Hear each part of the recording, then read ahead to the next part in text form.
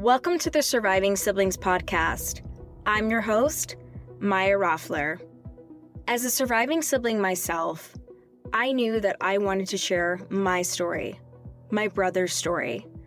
I lost my brother to a homicide in November 2016, and after going through this experience, I knew that I wanted to share my story and his story. And now it's your turn to share your stories. Today I have Jessica Meyer with me, who's going to be sharing the story of losing her sister, Jen, with us. Jessica, welcome to the show. Thank you so much, Maya. I'm very happy to be here. Yeah, thank you so much for being here.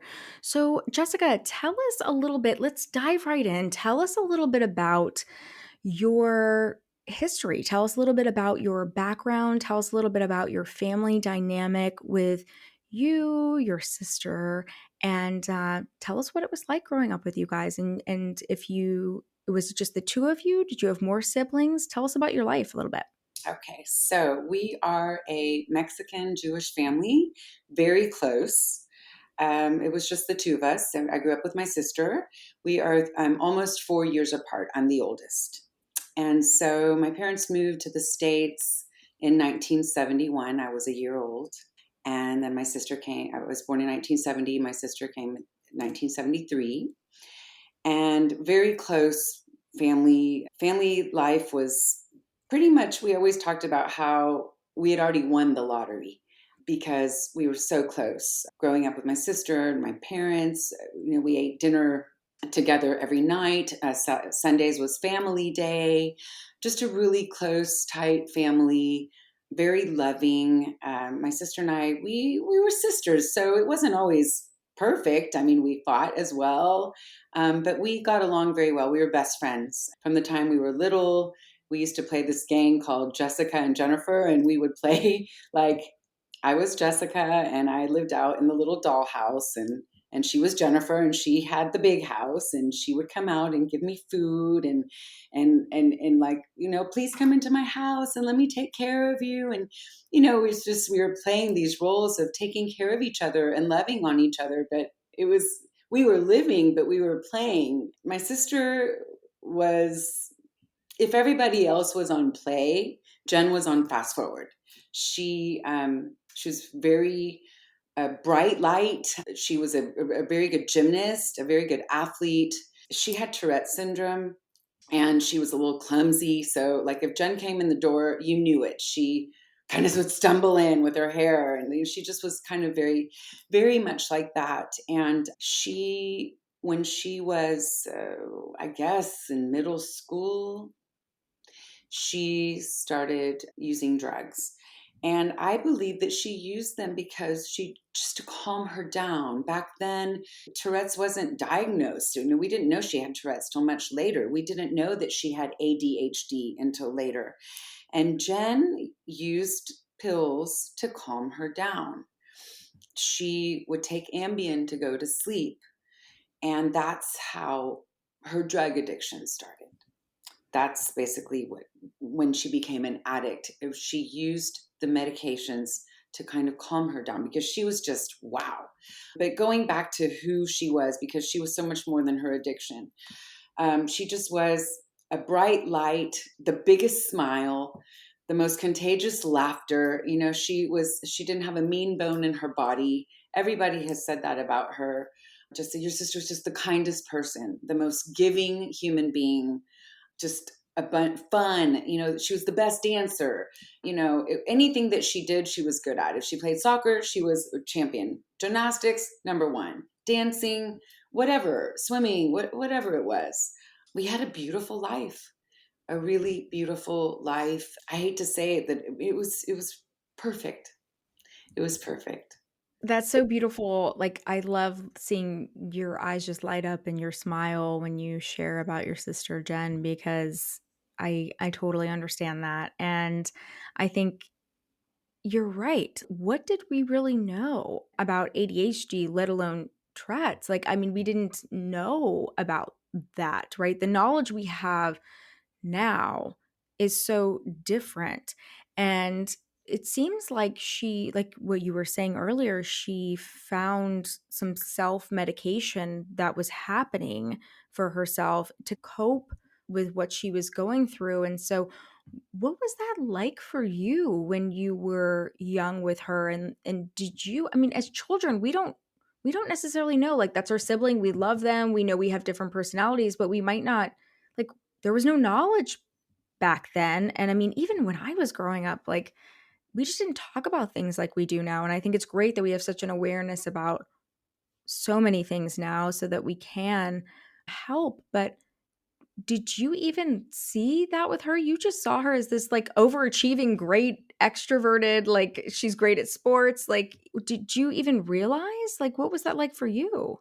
It was a little different because, for example, she would blink a lot, or she would make a she'd make these noises and blinking, and it was funny, little click sounds, and no one else around us did that.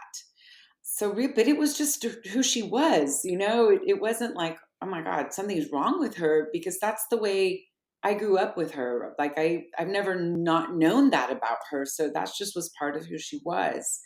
For example, she wore glasses, and she would like do cartwheels at lunch and then forget her glasses on the playground. And like, I remember my parents would have to go to the playground at night with a flashlight looking for her glasses. And she had ADD. She didn't know that she had left the glasses there, or little things like that.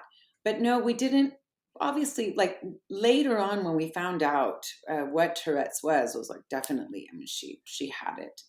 It wasn't that obvious that you were like going, "What's wrong with this person?" It was every once in a while.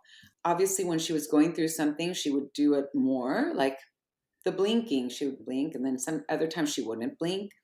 But definitely somewhere in middle school to high school, she learned to calm herself down with the medication. And back then, also, Ambien came out, and it was a sleeping pill. No one knew the effects of it, or the long term effects, or that it was highly addictive. Nobody knew that back then. Like, what happened? Was she having difficulty sleeping? Like, because it sounds like that was kind of the moment when she started taking something and that kind of changed things. So, Yes. So she was that what she was struggling with sleep? Is that how that very much so. And it was a new drug. I mean, so this must have been in the mid 80s when it came out. So it was just a very normal thing. You take your Ambien, and it was a sleeping pill. It wasn't anything more than that. But what happened with my sister was that she thought, my gosh, if it helps me sleep and calm down, if I chop it up and snort it a little bit here and there, then I can. And kind of that's what happened. so that That's was kind of like the gateway for her in wow. And that was going on in high school where she started to do that. Yes, yes, it was already going on in high school. So Correct. you being the elder sister, you guys are 4 years apart. So were you a senior and she was a freshman, or were you a senior and she was in middle school still? What was that dynamic So, like? let's do the math here. I graduated in 88, she graduated in 91. So, yes, and we didn't go to the same schools either.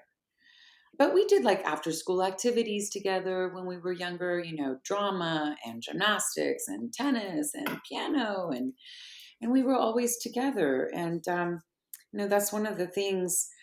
Of course, my parents losing my sister, my niece losing her mother, but I lost the person that was with me from day one, my whole life. It's not just, having a child when you are in your 20s and you lose them when you're old, when you're 50s, or do you know what I mean? This is my lifelong, my first friend, and my lifelong friend, my lifelong person. But I will say this, Maya, she had a real problem with addiction, and the disease got in our way. After many years, my sister went to, I don't know, she must have gone to 10 different rehabs over 20 years' time. I had to put a little bit of distance. We were a family that we talk every day. Like I always tell my parents, if I haven't talked to my mom by 10 a.m., I'm probably dead in a ditch somewhere. I hate to say that, but like the first thing we do in the morning, we get our coffee and we call each other. And this is how it was with my sister. This is how it was between me and my sister. We are constantly, we're in each other's lives. We see Right. each other every day. We don't need a Mother's Day or a Father's Day or Thanksgiving to get together. We're together all of the time. So it really was very difficult to understand. And even though we are at 3 years and 7 months and 5 days or whatever we are, I still I'm paralyzed and I'm numb. And I still have not, I don't know when the floodgates are going to open. But I think that's okay, and I think that's, again, we're already kind of diving into probably one of the topics that will be helpful for people because, Jessica, often I will hear from people, they're like, I haven't cried yet. It's been so many years, or I haven't, this, and I think grief is a journey where we can't judge ourselves, right? Like we're all feeling things at the time that we allow ourselves or need to allow ourselves to feel it. And that's okay. It's an evolution as we're on this journey. But to be in a family as tight knit, because we've had so many guests on that have so many different family dynamics. What I really love about your story is how close you are, and I love that you get your morning coffee and you're going to talk to mom and you're going to talk to sister and you're going to talk to. That is such an absence to feel after you've lost your sibling when you're so tight like that. Jessica, I want to go back just a little bit before we continue forward, if that's okay with you. Yes. Yeah, no, because we're here, right? We're grieving. I want to dive in. Thank you for sharing so openly about the fact that Jen was in and out of rehab, and I think it's wonderful that you shared the backstory too. That there was the ADD, the Tourette's, and then this Ambien, and then how that was starting to progress. Because I think a lot of us, when we have a sibling who struggles with addiction, we're like, "How did this start? When did this start? Like what?"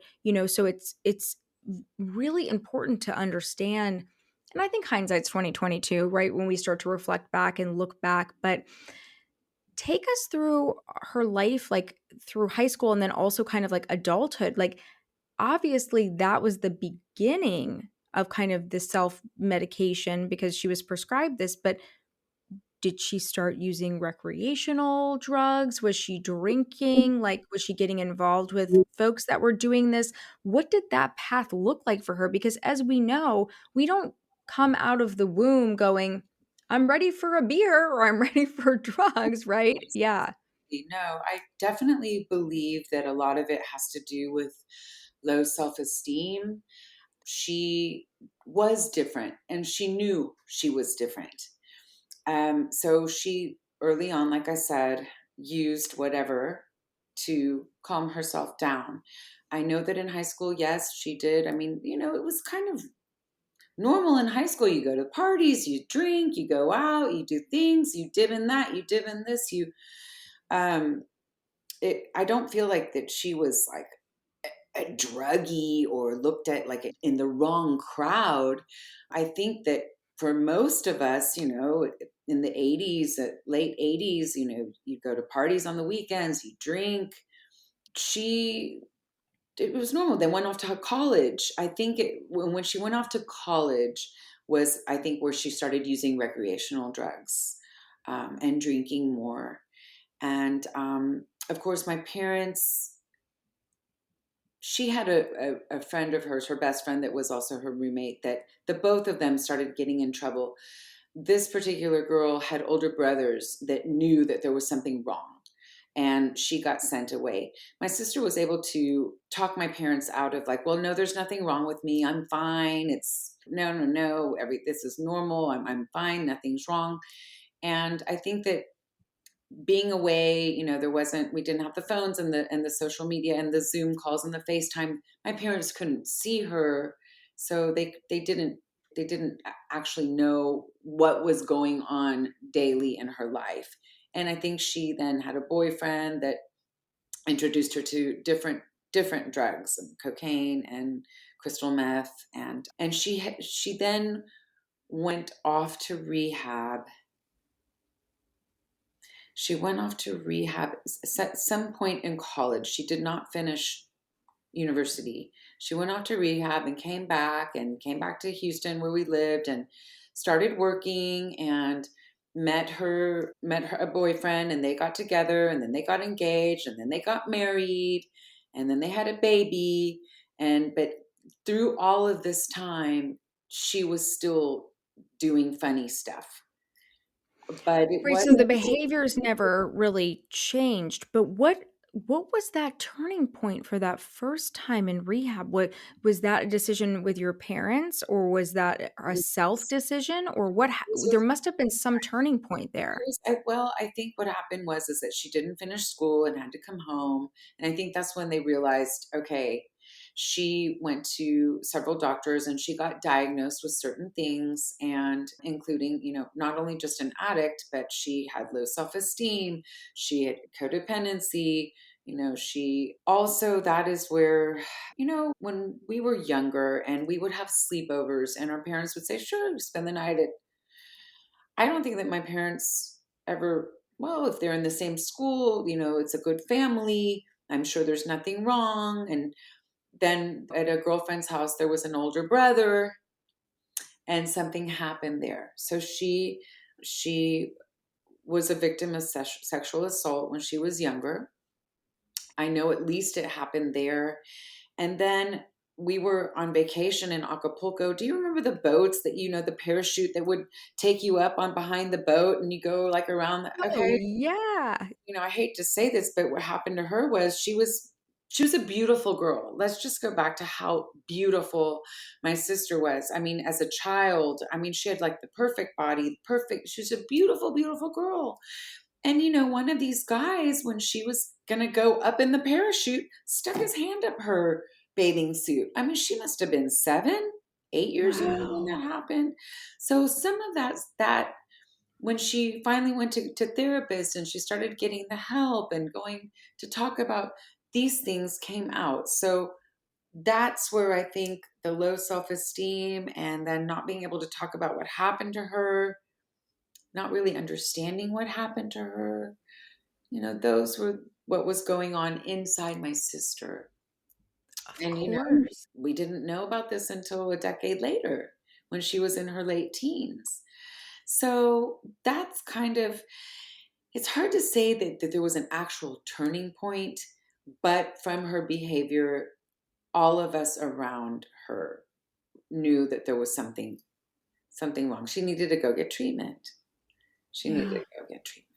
Yeah, so that was the first time. But thank you for sharing so openly about that, because there this happens to so many, not just young girls, but boys too. And it's trauma. And when you're young like that, especially when you're young like that, you don't understand what's happening, and that stays within you. And it builds and builds and builds if you are, because we don't really know how to express that. And that's a lot. So she had trauma. Yes, she had trauma. She sure did. Yeah. So, and then, what was normal behavior and what wasn't? We'd go out on the weekends, go to clubs, drink, whatever. I mean, it wasn't that, like I said, it was just like normal college behavior, at least from what we all thought was what was going on. But then it got excessive. Then it got excessive. And then she was out of control. And, she, like I said, in and out of treatment, and not to like fast forward all of these years, but then she got to the other side where she did find sobriety, and then she did work for a rehab, and she was on the other side. So when you would go to rehab, my sister was the first person that someone would be with. She knew what to look for in the luggage. She knew how to find if somebody was sneaking something in because she had already done that. I mean, God love my sister. She was brilliant at hiding. She took a suitcase in to one of the treatment centers, and with that had an inside invisible zipper, and she took in 300 Ambien, and she was at treatment with her Wow. pills. No one found them. No one's, I mean, so yeah. What an evolution for her. So she came out of the first treatment, and then she ended up meeting someone and they got married and she had children? Yes, she had. So she, before, let's just go back. So she did go to a few treatment centers before she got married. And then we thought, okay, she did the program, everything's fine, life as usual, because you have to remember that my sister was then taking the Ambien and chopping it up and snorting it every once in a while. And then what was this other drug that she got? To lose weight. GHB? GHB? It's not detected in your system and it makes you skinny. Yeah. So, it was the drugs that she used. It wasn't so much like the cocaine and the this and the that. It was things that you wouldn't think that, I mean, she abused prescription drugs. And then this other GHB stuff, I mean, I don't even know where she got it. She got it from a trainer or someone in the workout world. Um, but she knew how to make the perfect cocktail. She would chop up the stuff and put it in other capsules so it looked like vitamins. Just she had this way of, she was a That's user. a lot of work. She knew it was a That's a lot of work. lot of work. She was exceptionally intelligent because that's a lot of work. It is. Wow. Yes, it is. Oh my goodness. So So, yeah, so that was a journey. yes. And I think what's challenging too, and you can tell me about this, but like for me, like I don't know if I shared this with you before, Jessica, but I've shared it on the show many times. I obviously have lost my brother to homicide, but my brother was an addict as well. And it was his was more traditional. And a lot of people will ask me often and they'll say, like, well, what was his drug of choice or like what was he addicted to? And like my brother would I always say this because I like to bring levity and darkness. I'm like, he didn't discriminate. He just used, he drank, he smoked pot, which is not a big deal for a lot of people. But there was a lot of stuff he was doing that a lot of people weren't aware of. He loved acid. I mean, we could go on and on, if it was there, like you were mentioning about your sister, like the cocaine and the partying. And I know he did meth and there were other things, but it was just like he didn't really discriminate. It was just kind of like Whatever. numbing because he had a lot of things going on as well, a lot of trauma. But I think what's challenging with someone like your sister is like these are somewhat legal things that she's using and finding ways to that's tough. That's Yes. very tough. I agree with you. My sister also, she didn't discriminate. It was basically whatever was because, at first it started with this and then it went into this. And then at the very end, which we will get there later, then yes, it was heavy duty. I think also what happened is that it's whatever you're doing, it just isn't doing anything anymore. So you have to go on to the next. And whenever you're ready, we can go into where she was. The thing that happened is that the disease really got in the way of everything, broke all of her relationships. Her ex-husband left her because of it. She lost custody of her daughter because of it. She lost her house, her dog, her freedom, because then she was being monitored and everyone was watching what she was doing, and she hated that. She hated that, like, for example, like we said, if we didn't talk to her in the morning, then we obviously assumed something's wrong. But she also, no one knew her like her sister did. And I knew, I could look at her, Maya, and I knew. Other people were like, no, no, no, she's fine. My parents even, no, I could tell just by looking at her if she was high or not. And that's why, unfortunately, it was kind of like the perfect storm that led to the end of her life, unfortunately. I don't know if I want to go into that yet or if there's anything else you want to talk about before we get into all of that. Let me ask you just one more question, and then yeah, we definitely want to talk about this unfortunate loss, of course. But I want to comment on what you said when you looked at her, you just knew.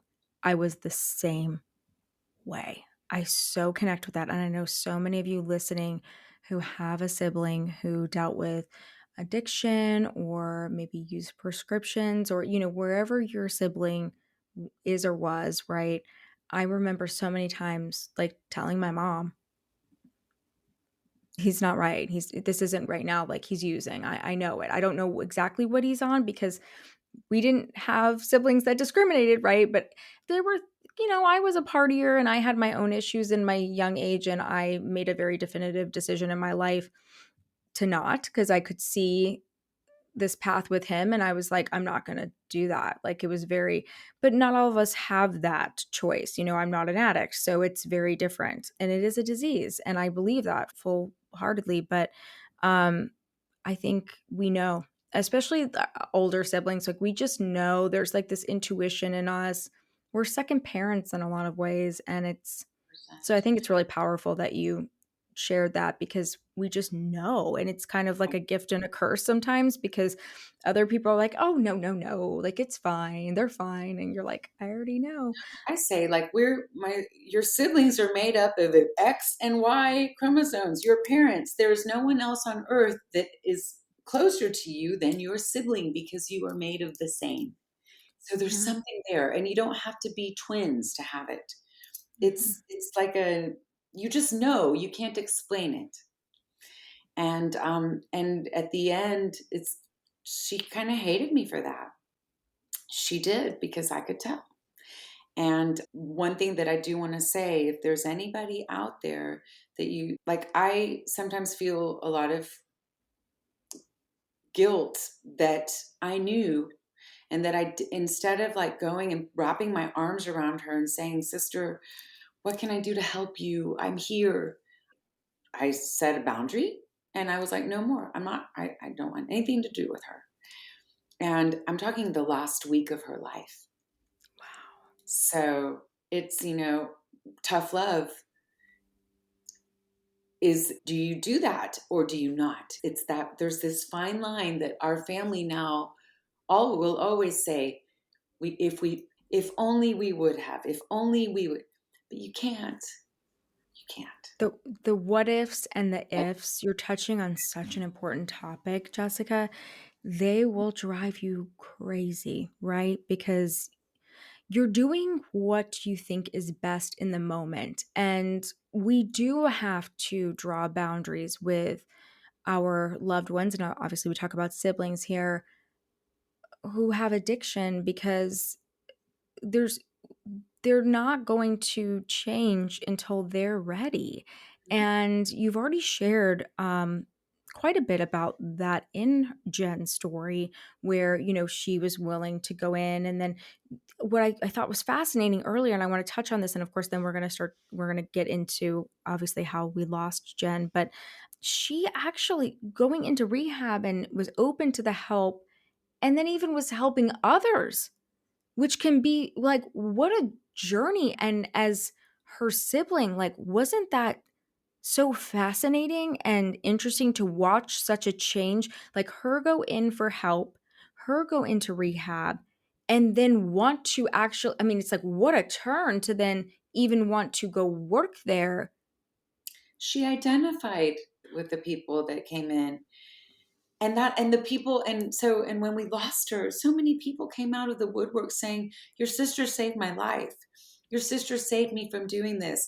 Or other families that had lost the, their loved one, and they said, "Your sister helped me." And that's one thing that she always said. She had seen that loss and she'd seen families crumble, and she's like, I would never do that to my children, to my daughter, to mom and dad. I will never do that. That would never happen. So that's what's so tough, is that she was on the other side. And Mhm. that's why, the patients that would come into the rehabs would identify with her so much, because she'd been there. But she was able to help everybody else. Which is a common theme, and it happens. Excuse If me. you did what Jennifer Stern said, you would be clean, you would come out of this, you would be fine. Because she knew exactly what you needed to do. but she just couldn't do it herself.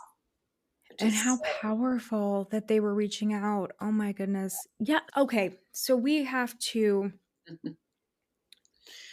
This is so fascinating to me that she was giving back. And but I hear this from a lot of people that have lost a sibling to addiction is they get to a place they give back. I've heard this before. Not quite this story, because I think this is I'm so inspired by you and by Jen, because her giving back and yeah, her knowing. And I do think it's so inspiring. It's why so many people listen to this show, right? Like, we've been through it. We can tell you what our experience is.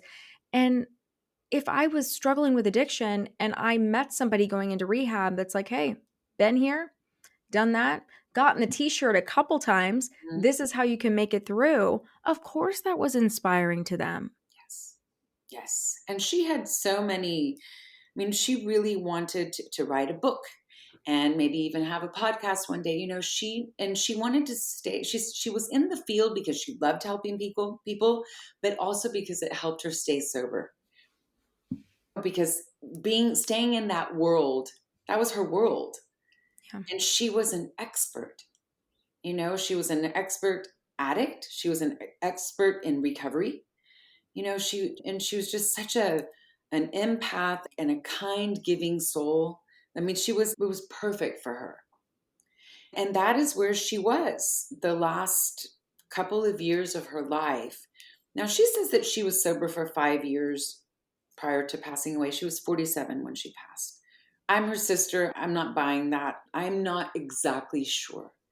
What I think, she was sober enough to work. And from what I think must have been happening was she could stay sober all day long.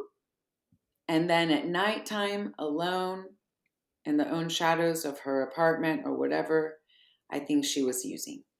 And then the next day again, and there we go. So she felt that she was a controlled addict. She could control this. That's what was happening. That's a very interesting term that you just used. I love that. Controlled addict. Yeah, I mean, do you think maybe her being in that environment, she just felt like, okay, I got it together now. I can just do this at night. I think so. I think so. Yeah. Another thing that happened, because this all happened at the same time. So she lost custody of my niece when my niece was 10 years old. So my niece lived with her dad and stepmom, and my sister had controlled visitation. So that means that amount of chaperone visitations every other weekend. So my sister was not allowed to be with her daughter alone ever. They couldn't even go like have a mani pedi together or anything. One of my parents had to be with them at all times. This made it very difficult as well. Mhm. But when my niece turned 18 and went to college, then that was null and void. So my niece went to school on a Thursday to Texas A&M, free. My sister died Saturday, 48 hours later. Oh my gosh. So I don't know if perhaps her daughter going and now having this whole new chapter of their lives coming up, she had one last hurrah, maybe said, this is it, because I'm going into this new world where I'm going to be there for my daughter, and I'm just going to have this one last hurrah. Maybe. Those are those things that we don't know. What we do know, and you tell me whenever you're ready to go into what happened. We are here. We are absolutely here. So this is 2021, right? And her daughter is going on, your niece is going off to college. Is She left. she still working at the rehab at this point? Yes, she was Wow. working. She was working. Yes. Okay, so here we are. And Um, what happens? How oh, does this all happen? Share with us, Jessica. I'll Yeah. tell you. So let's just back up one day. It Yeah. was a Wednesday, and they came over. So my parents, remember at this point, my niece has not left yet. So my sister's with her daughter and my parents, and they came over to say, so my niece could say goodbye because she's leaving for college. And my sister and I were not on talking terms. We had gotten in a little bit of a tiff the week before because I noticed I set a boundary. I'm like, she's she looked gray to me, gray. And I'm like, I can tell you're using. And she's like, no, I'm not. And so we were not talking. So she wasn't going to come into my house. And I'm so glad that my niece said, come in and give your sister a hug at least, because she came in, we said goodbye. I gave my sister a hug. And as she was walking out, a couple of things she said. I had a 14-month-old puppy that was put away in the next room, like fenced in, a Rottweiler 14-month-old puppy. And she looked at the puppy. She goes, I want a dog like that. That was like one of the last things she said to me. And then as she's walking out the door, she turned to me. She goes, lunch next week. We need to talk. I said, absolutely. Lunch next week. That was the last time I saw her. So that was Wednesday. Thursday, my niece left. Friday, Saturday. On Saturday, it was about 3:00 in the afternoon, and my mom called and said, we haven't heard from your sister today. We're going over to her apartment. So she lived in a high rise, about 5 minutes from my parents' house. So that was about 3. I remember that day I went to lay down to take a nap because I was going for a friend's birthday that night, a birthday dinner. And about 5:00, the phone rang, and it was my dad. And I kind of was waking up out of a nap. And I said, Daddy, and he goes, we've been banging on your sister's door for almost 2 hours, and she's not answering. And so I said, well, call me when she wakes up. I mean, because this was not going back. I mean, this had happened before because she'd been taking this GHB drug that makes you sleep and it doesn't wake you up. So we had already been to the ER when she had gotten there and they couldn't wake her up, and we'd already been through lots of things. So this was just another one of those, like, okay, just let me know when she's awake and whatever. And I heard my mom in the background go, tell her to come now. Maya, I couldn't get up out of bed fast enough to get dressed, and my husband had just gotten home. I'm like, get in the car, we're going. And we drove to my sister's building. There were a couple of fire trucks outside and an ambulance. And I was like, oh my God, oh my God. And we got there. There wasn't even anywhere to park. I just told the valet people outside, I said, this is my sister. I'm leaving the car. They said, no problem. We went in. We went up the elevator. The elevator doors opened. We went to the end of the hallway. And right then the police came. They had broken the door, and the policeman came out and said, she's gone. And my parents were standing there, and my mom literally collapsed into my arms. And I've been holding her since. I have been that pillar of strength for my parents. I think that's why I haven't been able to cry yet, because I have been strong for them. Yeah. And my dad said, well, we've been waiting for this because 20 years we had been going through this. Mm-hmm. 20 years my parents had been waiting for that phone call. But we all really thought that, like, so we didn't know what happened, right? We didn't know at that point. They put yellow tape. They wouldn't let us in the apartment. There was a vacant apartment across the hall. They put us in there. My mother was literally on the floor, crawling, crying, screaming. My dad really didn't know what to do. We were making phone calls, telling people. We had to call, my niece is in A&M. I had to call her dad to tell him. I mean, it was just like, what do we do? Craziness. I went to go open the door of the apartment, and right then and there, they were taking the body bag out, and I saw that. And that was like, oh my God, that is my sister being wheeled off in a body bag. Like, holy shit. Like, it was so surreal. It was so horrible. And that was the first moment you had seen her, because they didn't let you in the apartment. So we're talking, this was all, I'm saying it quickly, but it was like 2 hours. Mm-hmm. So a policeman came over, a policewoman with a plastic bag with glasses and a hair tie. And that was her belongings. That was what was on her body. So they let us in at that point. We went into her bedroom, and next to her bed was a plate with a half a hot dog with some ketchup. and there was some throw up. And I said, oh my God, maybe she choked. Because at that point, we didn't know what had happened. Supposedly, she was sober. So that's what we didn't know what would happen. So very quickly moving forward, they have her body. They started to do an autopsy, and they found a piece of a hot dog lodged in her throat.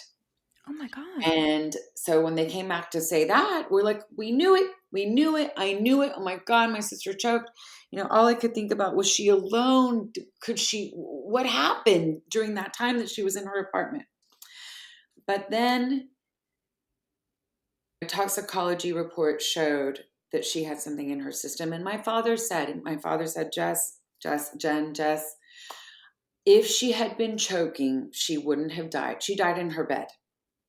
So she wouldn't have died in her bed. She would have been at the front door or the kitchen or, if she was choking. So now we know that she aspirated that hot dog and probably her heart stopped. Because the police asked us, because we asked if there were drugs or, they couldn't tell us anything at that point. Mm-hmm. We had said she liked Ambien, she liked GHB. We didn't know. We didn't know what they had found.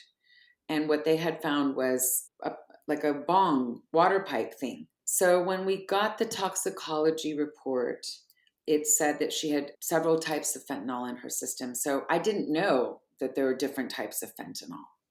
I'll be honest, I didn't realize that either. There's medical grade fentanyl that you get like from your doctor. Sure. And then there's the street grade fentanyl. So I very much throughout this whole time, from the time when my sister was using, when we were teenagers, I'm like the detective. I'm the one finding everything out. I'm very good at it. It's oldest child syndrome. We're the detective in the family. Figure it out, and I did.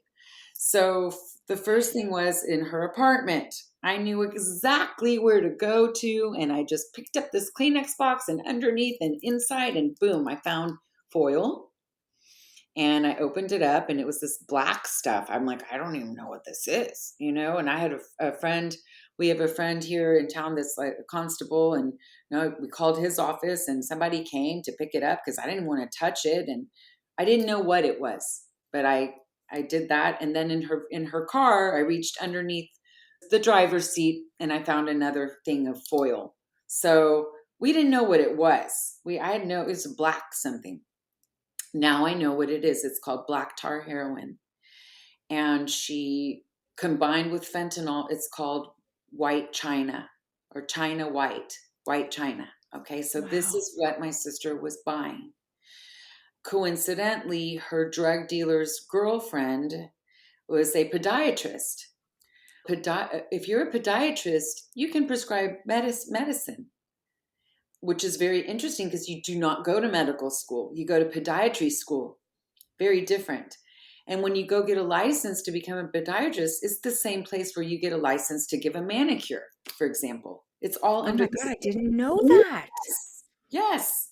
So what had happened was her drug dealer for 14 years, he's getting the drugs, he's getting the white China, the black tar heroin with the fentanyl, the street grade fentanyl. And she is the podiatrist that is selling the medical grade fentanyl. So Jen was buying it from both of them. And not very smart to do so, these drug dealers, but they took Zelle. So going through my sister's Chase accounts, Get out of here. I can't, Jessica. Okay. So you saw these transactions through Zelle? Yes. Oh, through Zelle. And it said Austin Martin. And I'm like, did she buy a car? Does it supposed to say Aston Martin? Honestly, because it's like 2000, 1500, 750, 2000. About $500,000 worth of transactions in 14 years to the same guy. I just got chills. Wow. Okay. So here we find out exactly who he is, who his girlfriend is. Okay.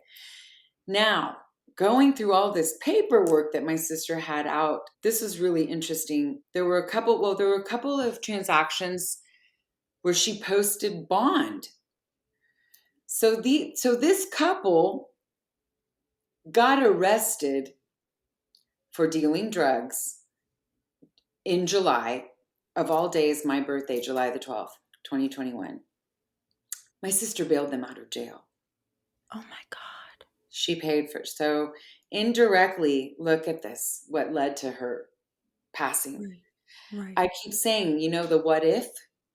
What if she wouldn't have bailed them out? What if they would have stayed in jail? What if they couldn't post bond bail? Would Jen still be alive? Mm-hmm.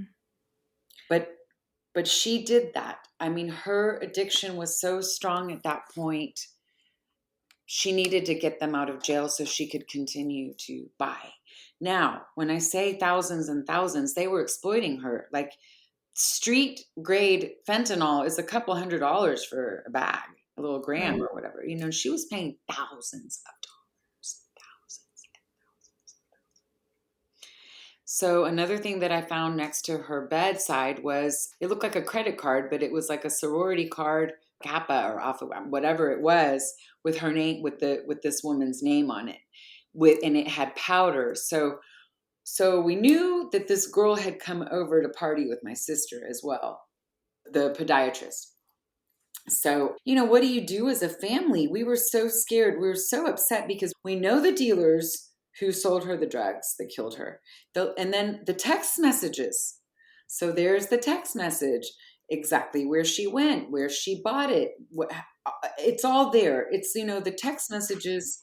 There's such a paper trail with this. There's a monetary and paper trail. Yeah. For all of it. So one of the last texts said, "Hey, this is bad stuff. I need to switch it out." So your sister texted them saying this. This is not good. Wow. This was the night she died. So I gathered all of this information. I'm thinking, wow, I have got something here. And I turned it into the Houston Police Department. Mm-hmm. They already had a case open with these two people because they had been, so they already had something going on. Both of them had gotten arrested. They were already like in and out of court. So far today, there is nothing with my sister. There isn't a case or anything because number one, we were so afraid. Who are these people? Who's on, maybe there's somebody else. We were afraid for our lives, for our well-being. I don't know if they work with cartel. I don't know. We don't know. We don't know anything. So nothing has really been done until this day. We're beyond statute of limitations. What are we supposed to do? We have just let authorities do their own thing. The only thing that I can tell you is this. He did serve a year in jail, but he's out now. And because I also reached out to the, the Department of Licensing to see if I could get her podiatry license revoked. And they did an investigation, but then they called me back to say that they can't say why, but they're dropping the investigation. And the only thing that I can tell you right now is that she had been going to court and then they just dropped it. And it says something like that the feds are taking over, but it has vanished, Maya, into thin air. We have no idea. So I don't know if they ratted out.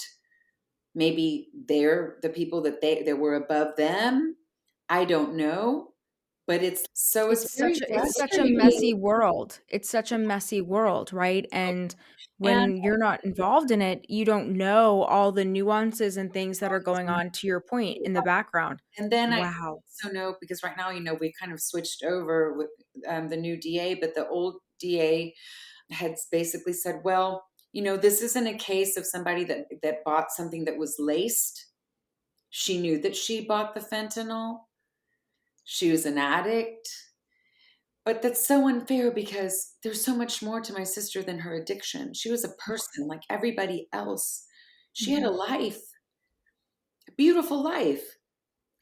And justice has not been served, and I don't know if there will be. I keep hearing in my mind, justice for Jen, justice for Jen. It's and I'm numb. And I'm, Yeah. when like you say that you lost your brother to homicide, part of me feels that I did too.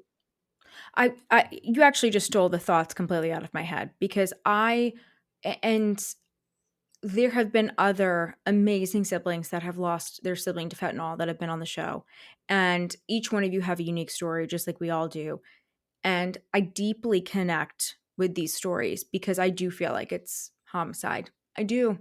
Because I have yet to hear a story where there was justice brought. And as you guys know my story, my the man who killed my brother walked. There was nothing. There was no case. There was no nothing. And there's a lot of reasons why. And talk about it in season 1. So, but it's very difficult. And I connect with all sibling loss. I do. But there are certain types of loss that I connect so deeply with. And addiction and is one because my brother struggled. It's not how I lost him. But with fentanyl, I really get it because I think what is so difficult for those of you who lost your siblings to fentanyl is that not everybody is looking at it like a homicide, but there's no like a homicide. It is a homicide because these people know what this drug can do. And what I think is so interesting about your story, just like the individual, I don't even like to acknowledge him, knew what a gun could do to my brother. This individual is a podiatrist knows what fentanyl could do. Even the medical grade, right? I mean, street, you're really playing round robin there. You don't know, right? What oh gosh, it's a whole other. But they know. They're very aware. So it is homicide because it can kill. And the only people that should be administering any kind of drugs at that level are doctors. And it is homicide, and that's why you feel that way, and I'm sure that's why you do connect with homicide stories because that's what it is. Absolutely, absolutely. And not knowing what to do or how to do or trusting in the authorities. And what's happened now is that, it's just another case number. It's buried under, I don't know how many tens of thousands of cases, of things, of people, of deaths. I mean, it's just another number. So going back, that's very frustrating is that I presented, so we never got our phone back. Okay. I Did it stay in evidence, Jessica? Because stayed I in went through that too. is to They this still have my brothers. and Yep. Mhm. I gave them her laptop. Her laptop has so much of her life on that. They still have it. Mhm. So what are they doing with it? We don't Yep. know. It's like really it's a dead end. We don't know what's happening. We've been fighting to try to get the laptop back because we want pictures, because we want whatever it is of hers that's on there. We want it. What do Mhm. they need all the pictures for? What do they need all of her? She had like letters and, well, you have your whole life on your computer, right? Yeah. So we right now are at a place where still in disbelief that this even happened and still wanting to do something about it. But what do you do? Like, that's where, I know that you can understand what we're feeling because we don't know what we can do. What can we do now? What can we do? That is where I found myself as well. I think I mean, you're coming up on 4 years, right? And that's exactly where I was, and that's why I knew you would this was kind of the perfect time when we chatted before coming on because you're at a place where it's like we've done everything that we can do legally, all of those things, right? All we can do is fight in other ways that get the laptop back. And you've done everything that you can, but it makes you feel so powerless because you have to trust other people. But I think that's why I'm just so glad you're here today sharing your Mhm. story, your parents' story, and of course, Jen's story with us because fentanyl, unfortunately, isn't going anywhere and addiction isn't going anywhere. And I think it's really important that we do recognize that this feels like a homicide because it is homicide. It is killing someone. And I think something you mentioned earlier, you know, the police not looking at it in the same way because she was an addict. I connect with this too because my brother, I felt, was really swept under the rug because he wasn't perfect. He had gone to jail in the past. He had struggled with addiction. I had never done any real serious crimes, but like he had a troubled youth, you know? I fully believe that played into this. So it was fascinating how you said that earlier. And does that mean somebody who got fentanyl a different way? Like, this is all the same thing. It doesn't matter. Just because somebody struggled with something doesn't make this any less. And it's devastating when you go through that. And so my heart goes out to you and all of you guys that have been through this. And I know there's going to be so many people that connect with this story, Jessica, but I think you coming here and telling her story and telling your story and just being so honest and real about the highs and the lows of your relationship, it's I think it's like really opening up kind of the door in your journey on this. And And also, if I may say, a couple of things I wanted to say for our family, it took a yeah. while for my parents to say the word fentanyl, because when we had, remember going back to when we lost my sister, and then we had the funeral and everything, and we didn't know how she had died then. So one of the speeches that my son got up to say was, she didn't, her disease didn't kill her.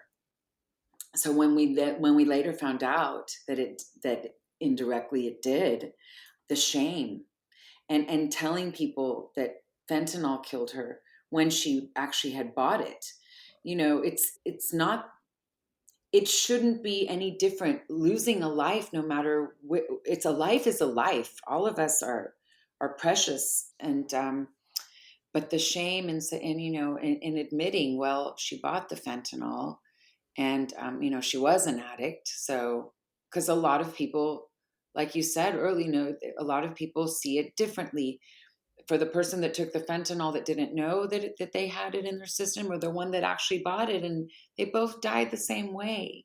Yes. There's a huge problem, a huge issue, and now, like, our family purpose through pain is where we are, and we're trying to figure out where we are.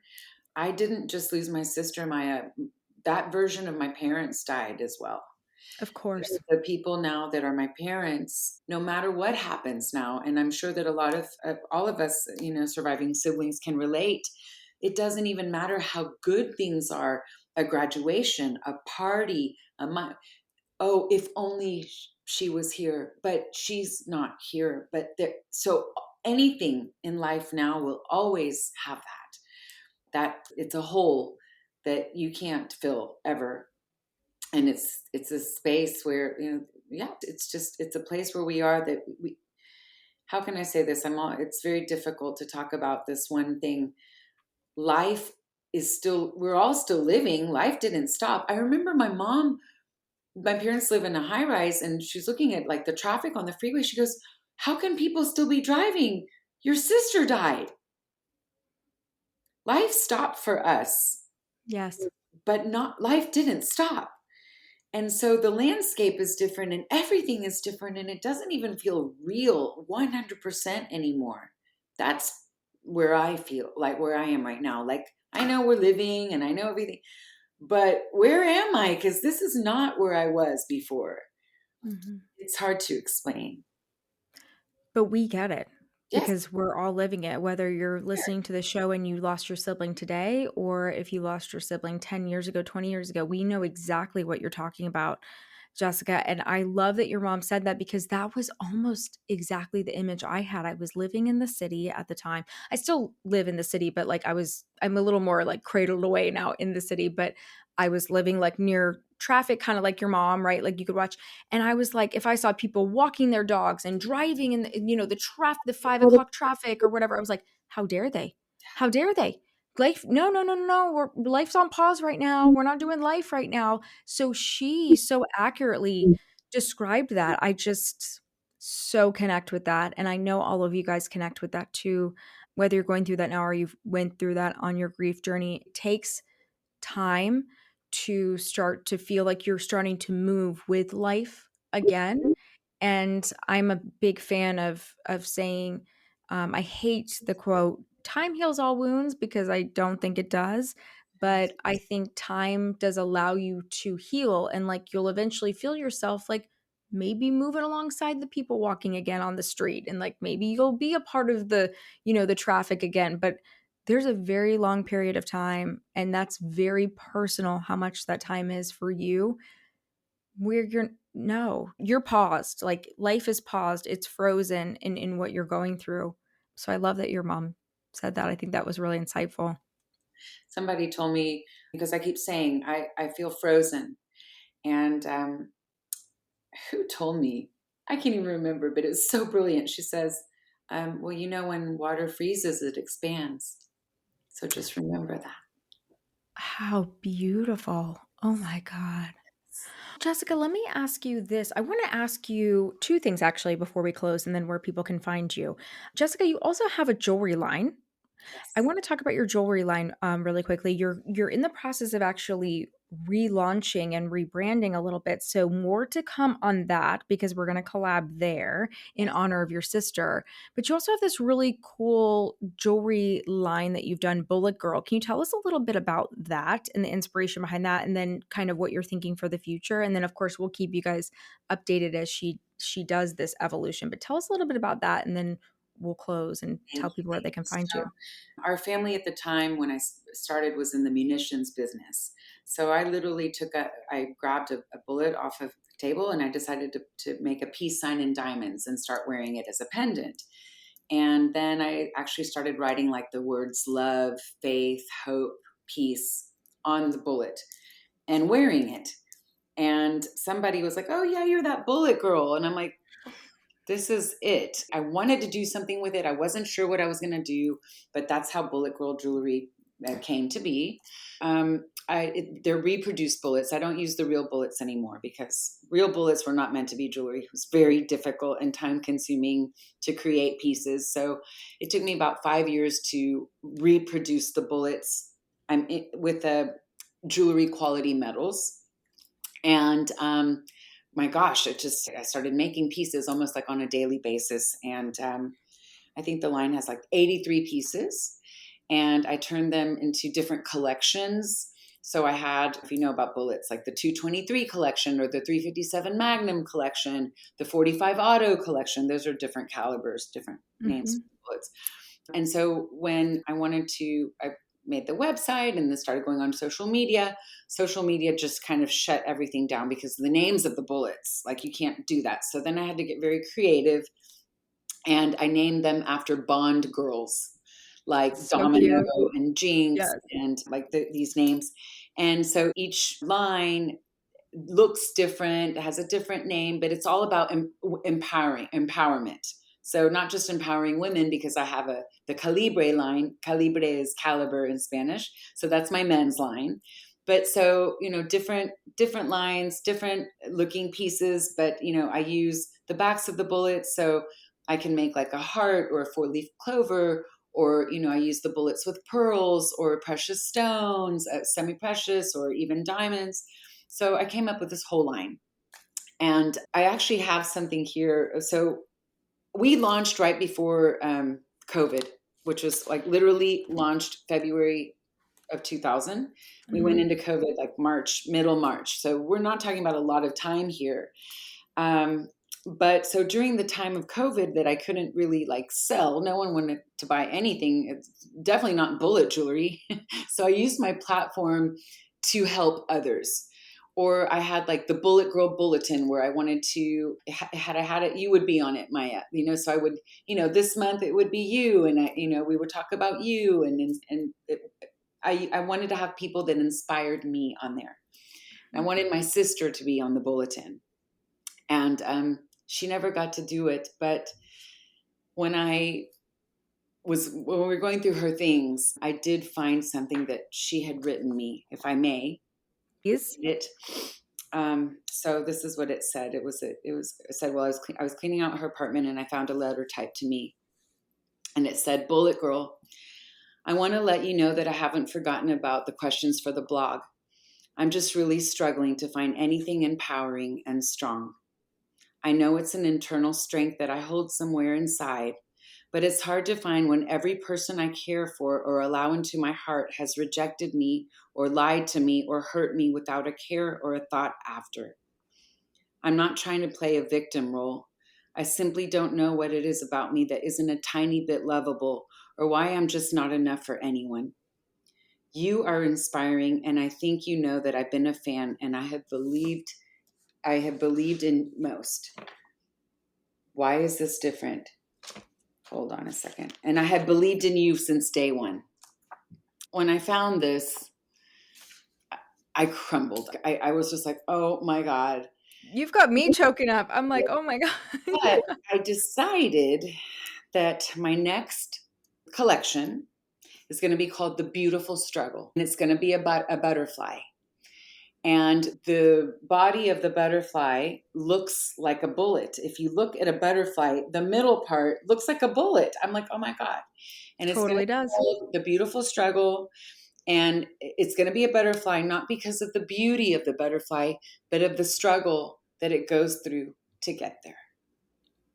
And that's what I'm going to work on next. And I'll get there. I will get there. It's just going to take a little bit of time.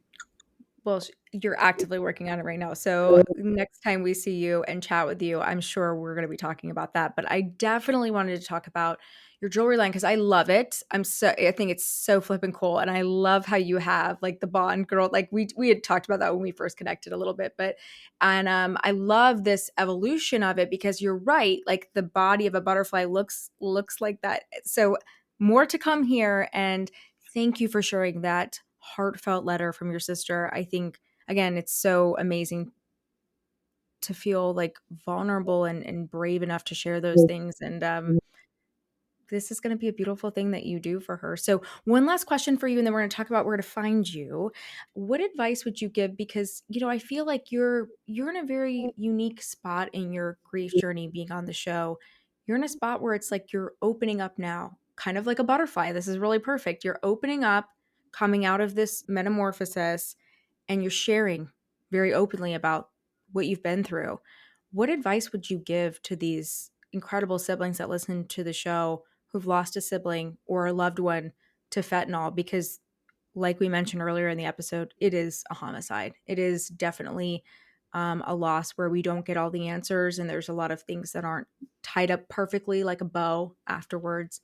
What advice would you give, or what would you have given yourself, 3-4 years ago? Well, first of all, I would think that give yourself a little grace and don't feel rushed because we're in a completely different landscape now. We're living life in a different way. And for me, life is so fragile, and we know that now. And you have to keep living in love instead of fear. Because for me, it's a fine line between love and fear. Just stay, in that feeling of love and of gratitude. Be brave. Don't be afraid. Find your strength, but be patient with yourself. Have courage. You've got this. It just has to be on your terms. And that's what I would say. I mean, it's hard when people say, oh, God doesn't give you anything that you can't handle. It's very difficult to understand what that means. Mm-hmm. Have faith. I'm quoting someone else. I went to, it was actually a luncheon about recovery, but the guy said, be a hope dealer. I love that. Be a hope dealer.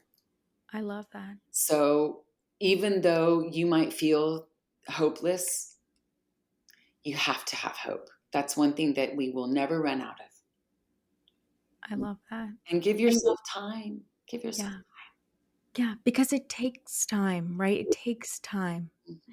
I love that. Be a hope dealer, because that's what our show is about, right? We go really deep and we go really dark, right? We talk about what's happened, but at the end of the episode, we want you to feel hope. So what a perfect way to end this episode. I love be a hope dealer. I love that, Jessica. Okay, Jessica, where can people connect with you to learn more about you, your jewelry, your new collection that will come out eventually? Where's the best way to connect with you? bulletgirl.com. I still have my website up. You can see some stuff there. You can't buy anything right now because this is another thing because of COVID and, my manufacturer shut down, my jeweler passed away, my sister passed away. I had to go pause. So Mhm. right now we're just kind of reinventing ourselves, figuring out where to make our collections, and we're just kind of on pause. But you can definitely bulletgirl.com, or my Instagram handle is at bulletgirljewelry, Perfect. and then Yeah. my private is at bulletgirl11. And please come and say hi. Perfect. We'll put that all in the show notes. That is perfect. Jessica, thank you so much for sharing your story and Jen's story with us today. It's been wonderful having you here. Thank you so much. Thank you so much for listening to the Surviving Siblings podcast. If you enjoyed this episode as much as I did creating it for you, then share it on your chosen social media platform. And don't forget to tag us at Surviving Siblings Podcast so that more surviving siblings can find us. Remember to rate, review, and subscribe to the podcast. And don't forget to follow us on all social media platforms. We're on Instagram, Twitter, and TikTok at Surviving Siblings Podcast. All links can be found in the show notes, so be sure to check those out too. Thank you again for the support. Until the next episode, keep on surviving, my surviving siblings.